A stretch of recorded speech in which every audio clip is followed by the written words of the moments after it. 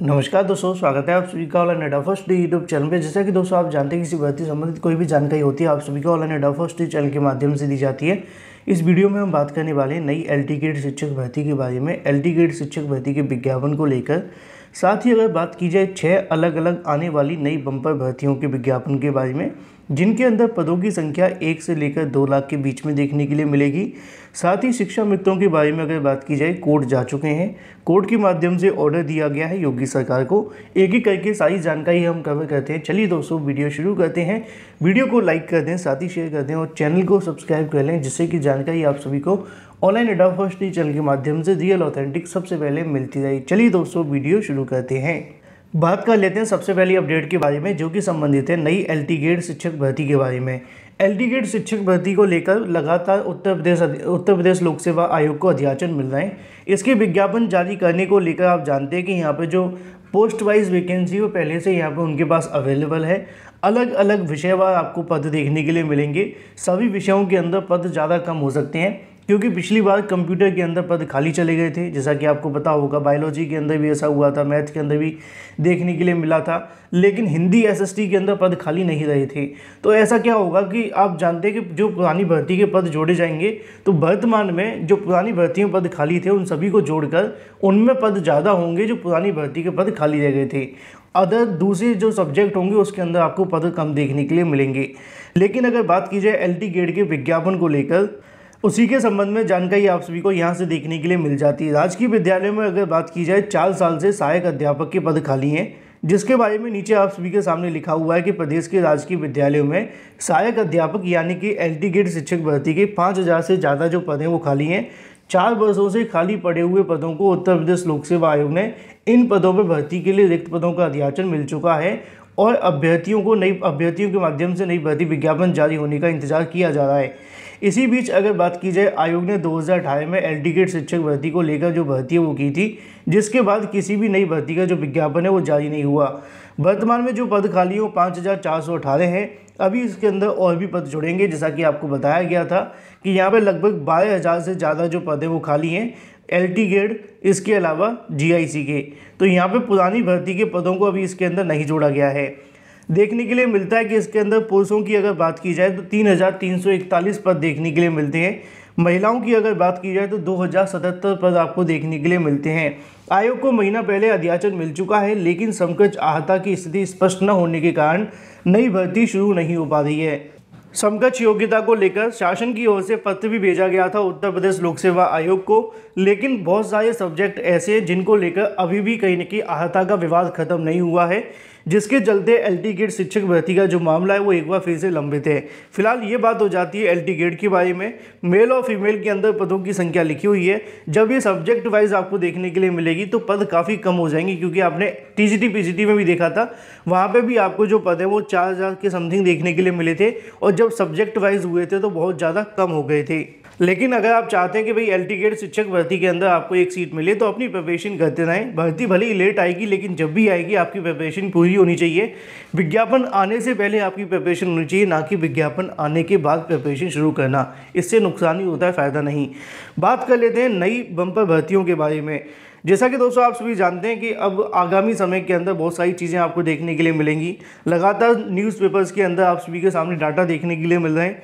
उसी डाटा में से लगभग 6 बम्पर भर्तियों के बारे में जानकारी दी जा रही है, और इन 6 बम्पर भर्तियों के अंदर अलग अलग आपको जो विभाग है वो देखने के लिए मिलेंगे, जिसके अंदर पदों की संख्या की अगर बात की जाए तो 1 से लेकर 2 लाख के बीच में देखने के लिए मिलेगी।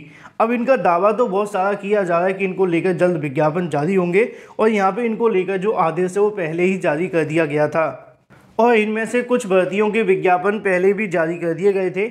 यहाँ पे आप सभी ने देखा था कि कल की तारीख में आप सभी ने देखा कि प्रधानमंत्री के माध्यम से 75,000 को यहाँ से नियुक्ति पत्र बांटने को लेकर जो कार्यक्रम का आयोजन है वो किया गया था। हालांकि सवाल आपके मन में होगा कि जो 75,000 भर्ती निकली थी, किस विभाग के अंदर निकली थी, कब आवेदन हुए थे, कब इसके जो विज्ञापन है वो जारी किए गए, कब इसकी परीक्षा हुई और सीधे नियुक्ति पत्र भी दे दिए गए। लेकिन जो भी मामला है वो तो आप सभी को कल देखने के लिए मिला।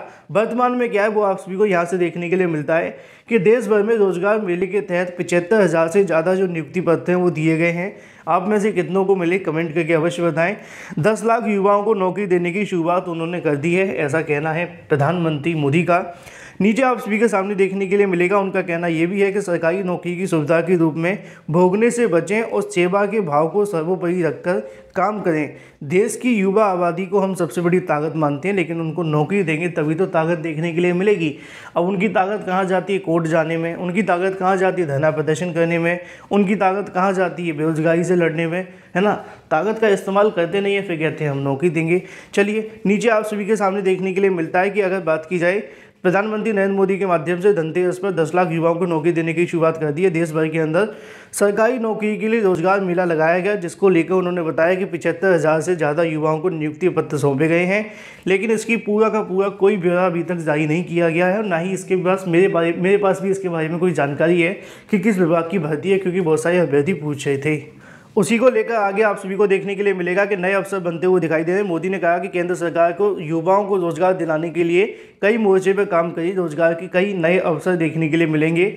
आज गाड़ियों से लेकर मेट्रो, कोच, ट्रेन, डिब्बे, रक्षा के साजो सामान से अनेक क्षेत्र में निर्यात तेजी से बढ़ रहा है। तभी हो रहा है जब देश में उद्योग और काम करने वाले बढ़ रहे हैं। यहाँ पर रोजगार की बात की जाए, ऊपर सरकारी नौकरी की सब गोलमोल है, लेकिन यहाँ पर आप सभी के सामने देखने के लिए मिलती है पोस्ट वाइज वैकेंसी, जो 6 भर्तियां आपको देखने के लिए मिलेंगी, जिसके अंदर पद कितने कितने रहने वाले हैं। यहाँ पे अगर बात की रक्षा के अंदर 2,64,000 से ज़्यादा पद यहाँ पे खाली पड़े हुए हैं और इन पे जो भर्तियाँ वो आपको देखने के लिए मिलेंगी। अगर बात की जाए रेलवे के अंदर, तो रेलवे के अंदर भी 2,93,000 से ज़्यादा पद खाली हैं और इन पर भी आपको भर्तियाँ देखने के लिए मिलेंगी।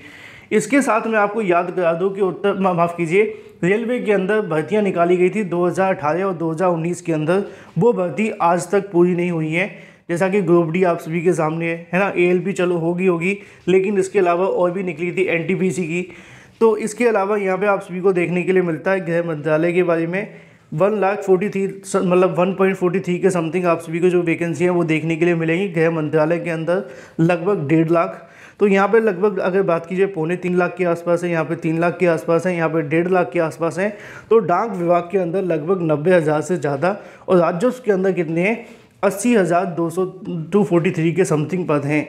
इसके साथ ही अगर बात की जाए केंद्रीय बलों के अंदर, तो यहाँ पे भी पदों की संख्या कुछ कम नहीं है, जैसा कि आपको देखने के लिए मिलेगा। BSF के 30,153 है, CRPF के 28,519 है, CISF की अगर बात की जाए 24,759 है, अगर बात की जाए SASB के बारे में तो 19,690 है, असम राइफल के 8,450, ITBP की अगर बात की जाए 3,325 और NSG की अगर बात की जाए 1,421 पद खाली हैं और यह आंकड़े 1 मार्च 2021 तक हैं। वर्तमान के अगर नए आंकड़ों को निकाला जाए तो इससे भी ज़्यादा पद खाली हैं। तो फिलहाल इन पदों पे आपको जो भर्तियाँ है वो देखने के लिए मिलेंगी। डाटा तो बहुत लंबा चौड़ा जारी कर दिया गया है। सरकार ने कहा था कि हम 10 लाख भर्तियाँ देंगे, लेकिन ये कब तक देखने के लिए मिलेंगी यही देखना दिलचस्प होगा। बात कर लेते हैं शिक्षा मित्रों के बारे में, क्योंकि वो एक बार फिर से कोर्ट जा चुके हैं और कोर्ट के माध्यम से योगी सरकार को आदेश भी दिया गया है। मामला संबंधित है शिक्षा मित्रों से बने शिक्षक के बारे में। आप जानते हैं 2 भर्ती हुई थी 69,000 68,000, उनमें से बहुत सारे शिक्षा मित्र ऐसे हैं जो कि शिक्षक बन गए बाद में चयनित होकर। उन्हीं की मांग ये है कि शिक्षा मित्र से शिक्षक बने सहायक अध्यापक पुरानी पेंशन के लिए इलाहाबाद हाईकोर्ट में याचिका दायर की है, जिसके बारे में नीचे जानकारी देखने के लिए मिली है। कोर्ट ने राज्य सरकार से 4 सप्ताह का समय मांगा है जवाब देने के लिए। याचिका की जो अगली सुनवाई है वो 28 नवंबर को आपको देखने के लिए मिलेगी। प्रदेश के तत्कालीन सरकार के माध्यम से 2000 में शिक्षा मित्र योजना शुरू की गई थी। इसके तहत विभिन्न प्राथमिक विद्यालयों के अंदर करीब 2.25 लाख युवाओं की तैनाती की गई थी, जो कि शिक्षा मित्रों के रूप में थे। अब उनमें से बहुत सारे शिक्षक बन गए। उनका कहना ये है कि हमारी जो नियुक्ति है वो 2005 से पहले हुई है, उनको भी पुरानी पेंशन का लाभ दिया जाए। सरकार ने 4 हफ्ते का समय मांगा है, कोर्ट ने आदेश दिया है कि इस पर जवाब दाखिल करें। बात कर लेते हैं अपनी अगली अपडेट के बारे में, जो कि संबंधित है कनिष्ठ सहायकों की भर्ती के बारे में। कनिष्ठ सहायक भर्ती को लेकर 19 दिसंबर से आपको जो आवेदन है वो देखने के लिए मिलेंगे। एक दिन पहले ही 1262 पदों पर आपको भर्ती देखने के लिए मिली थी। उसके अगले दिन एक और भर्ती का विज्ञापन जारी हुआ, जो कि लगभग 62 पदों पर देखने के लिए मिलता है। उत्तर प्रदेश अधीनस्थ सेवा चयन आयोग की अगर बात की जाए, अब स्थापना एवं औद्योगिक विकास विभाग के अंदर 62 पदों के लिए 19 दिसंबर से आवेदन शुरू किए जाएंगे, जिसमें आवेदन करने के लिए PET 2021 का स्कोर कार्ड आप सभी का मांगा जाएगा। अगर आप आवेदन करना चाहें तो 19 दिसंबर से आप सभी आवेदन कर सकते हैं। वीडियो को लाइक कर दें, साथ ही शेयर कर दें और चैनल को सब्सक्राइब कर लें।